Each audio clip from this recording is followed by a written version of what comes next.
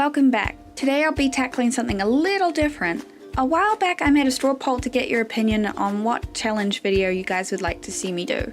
And thanks to your votes, the 3 random prompts art challenge won the majority. So something that's been sitting on my phone for some time now, hardly used, unfortunately, has been the DrawwithJazza ArtyGames app. Shout out to the creator of this app, Jazza, a popular Aussie artist and content creator on YouTube, very well known for his challenge, tutorial, and other random art-related videos. Be sure to check him out. Now this is a type of artist companion app that you can play either on your own or with your friends on your mobile device or even your computer. It features a bunch of different challenges and you can tackle them with or without a timer, as you can see up above. But today our focus is the custom generator, which I have used to create a long list of random keywords to use as artwork concept ideas. So with 3 options picked to be generated, the results were shadow, mask, and filthy.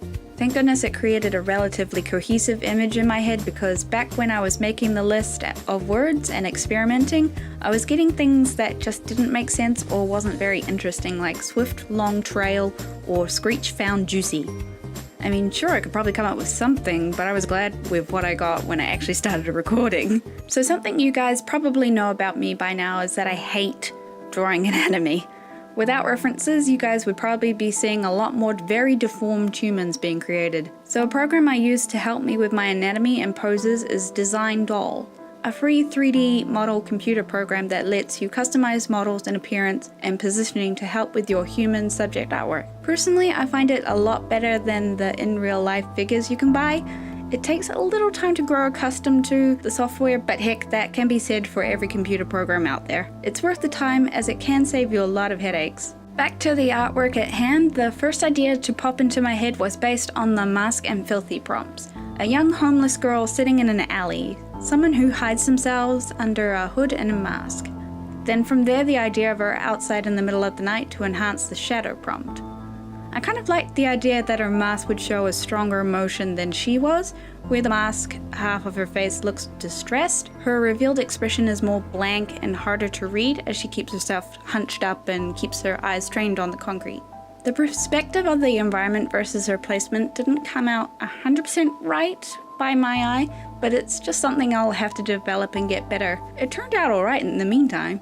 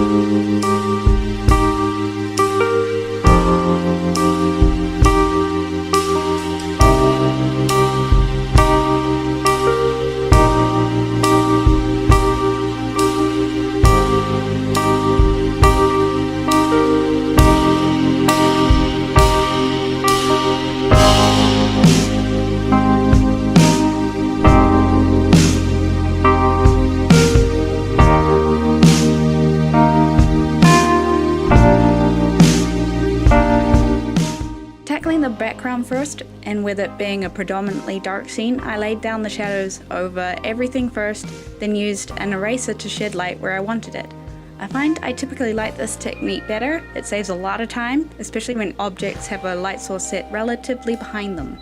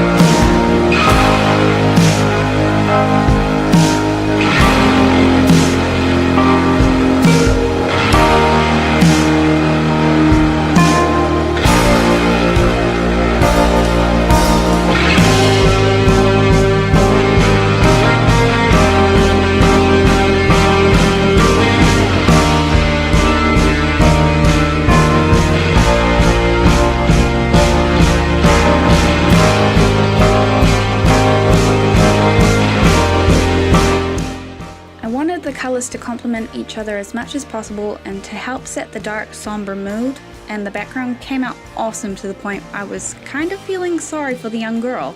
I mean, I was liking the background more than her, and that never, ever happens to me. I usually feel meh about my environments as I'm no landscape veteran. This landscape versus figure preference flip bodes well for the future, don't you think? Leaving the filthy prompt relatively late in the artwork process, I like the idea of sprinkling her clothes and skin with grime and dirt, while also keeping her mask relatively semi-clean in comparison, to bump up the contrast and draw more attention to it as a focal point. Did it work?